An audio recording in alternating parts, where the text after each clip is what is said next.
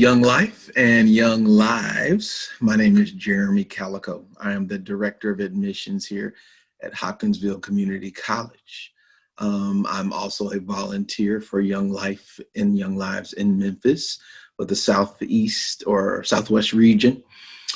Today, I wanted to talk to you about college admissions and how, yes, you can go to college.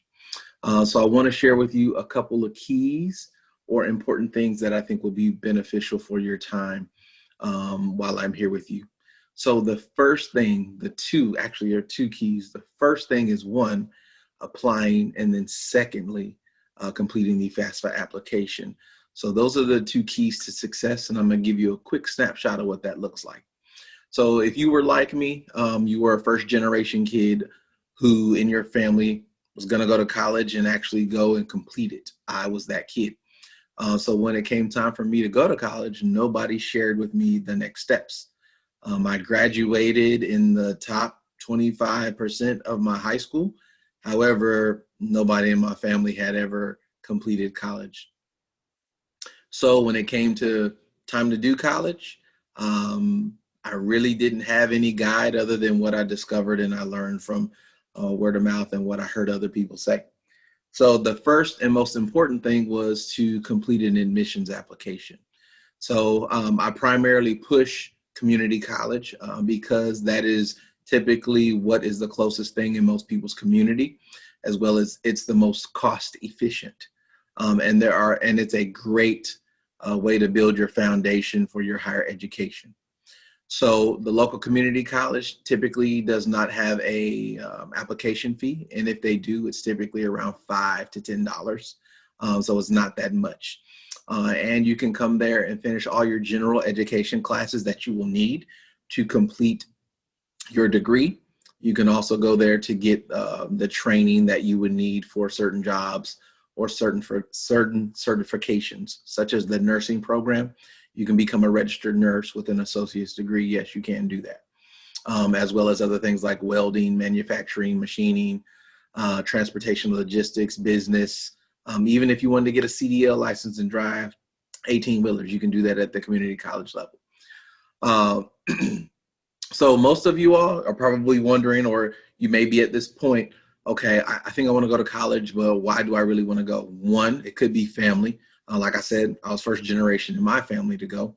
It could be your child. You're the only example your child has to look up to, so you want to be the best that you can be. And third, it could be friends. Your friends are going, you don't want to be left out. You kind of want to figure this thing out. Or it could be for personal achievement. Maybe you haven't done something or you've been told you couldn't do something that you believe you can do. Or could it be a job that people may have said, hey, you need this in order to get this job.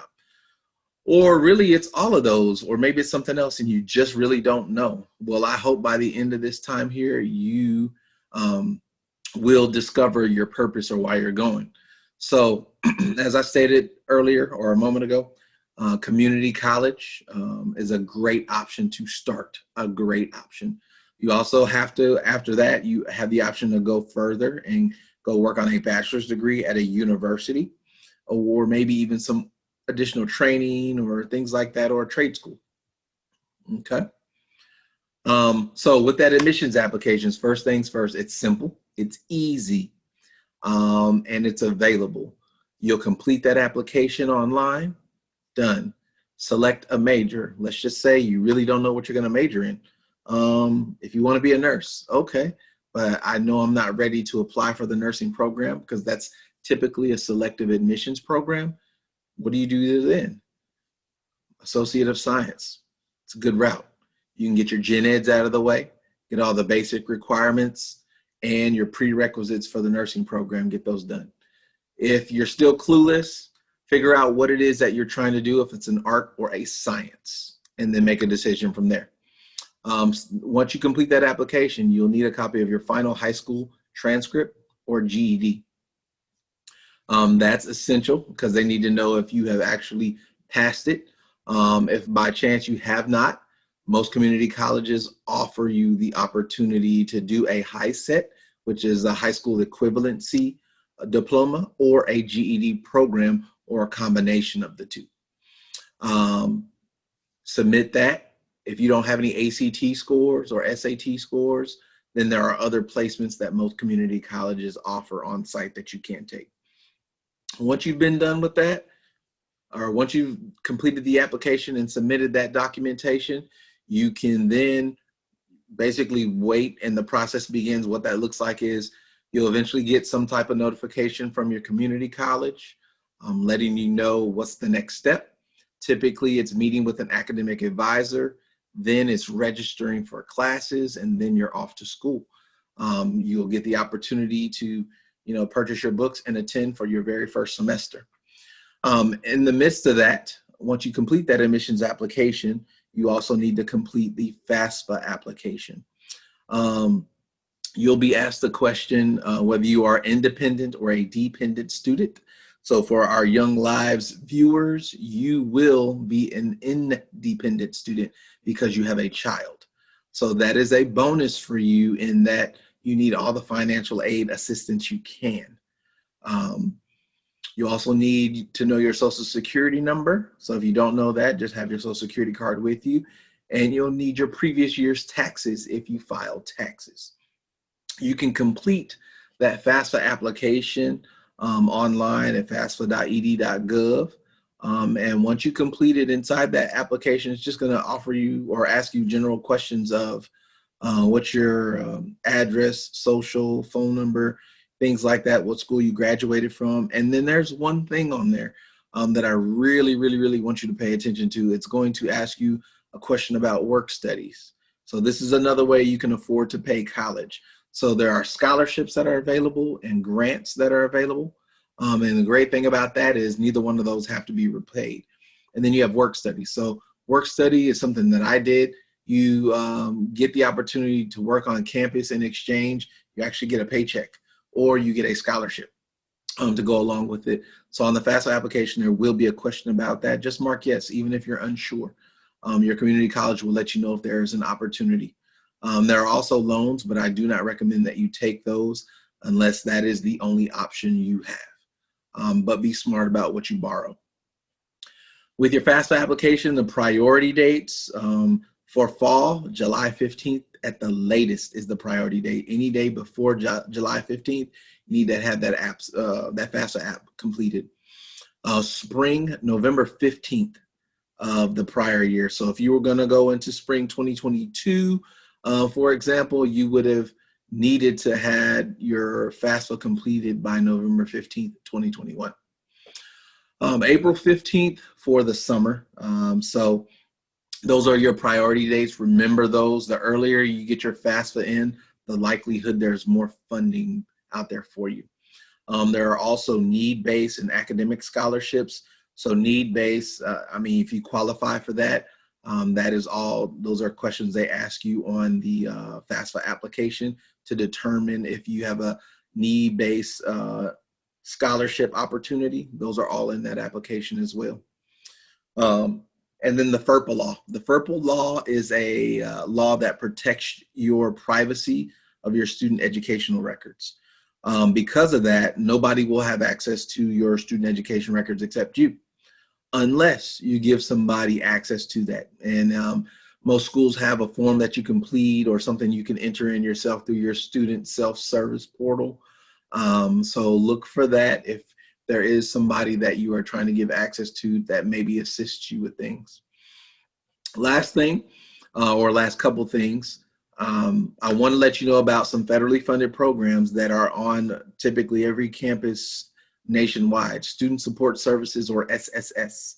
Student Support Services is a federally funded program designed to provide academic assistance and enhance educational opportunities for students. So those federal guidelines require that students meet at least one of the following to be eligible: a low-income family, a first-generation college student, and have an academic need for a program. This program is designed to work with students throughout their academic careers until a degree is attained. This program is offered free of charge to the participant, and there's no money that's out of pocket.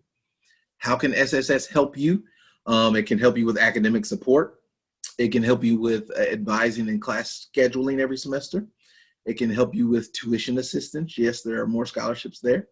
It can help you with financial assistance, just, helping you figure out how to balance your checkbook. FAFSA workshops. So there are workshops that they show you actually how to complete the FAFSA application. And there are also videos out there. Scholarship workshops. They show you how to complete a scholarship application.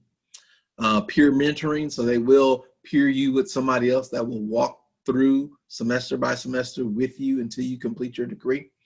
And then they have a cultural enrichment component in the summer times where they have summer trips or other cultural enrichment opportunities that they can give to you. Career skills and developments. They will help you practice on interviewing, your resume, things like that, so that when you're prepared to finish your degree and get out here in the workforce, you have the opportunity and you are ready and prepared for that. There are also leadership opportunities for you and transfer assistance and follow-up. So most SSS programs, once you complete your associate's degree, it will follow you on to your bachelor's. And so let's just say you want to go to the University of Florida or somewhere else. They will assist you in getting there for that orientation or that campus visit to just see how it is. And they'll go with you so that you won't be by yourself. They'll help you ask the right questions so that you'll know exactly what you're getting into and where you're going. So I do recommend you check out the SSS program when you go to your local college, whether that's a community college or a university. The last thing I want to leave you with, there's a video and there's a link that I have on here. It's a YouTube video called Success in the New Economy. And it's by a program called Future Built, designed by Dr. Kevin J. Fleming. I recommend that you watch this video. It's very animated and it's entertaining because it lets you know about the economy and how it's changing. And how what we used to think having a master's or a doctorate is necessary, but today, in today's times, it's letting you know that an associate's degree has just as much weight as that bachelor's, that master's, and possibly even that doctoral degree. And a lot of jobs are not requiring that you get those upper level degrees anymore. So just a couple of things, those 2 keys to success: apply, apply, apply. That's all you have to do. Take the leap. I did. Somebody showed me where to do it, and I made the decision to apply. Second thing, completing that FAFSA application. Again, those priority dates for fall, July 15th. For spring, November 15th. And for summer, April 15th. And those priority dates are real. And they are beneficial for you because the earlier you get the application in, the likelihood of more funding being available for you. And remember, as the Young Life slogan always says, you were made for this. You can do it. You were made for this. You can do it.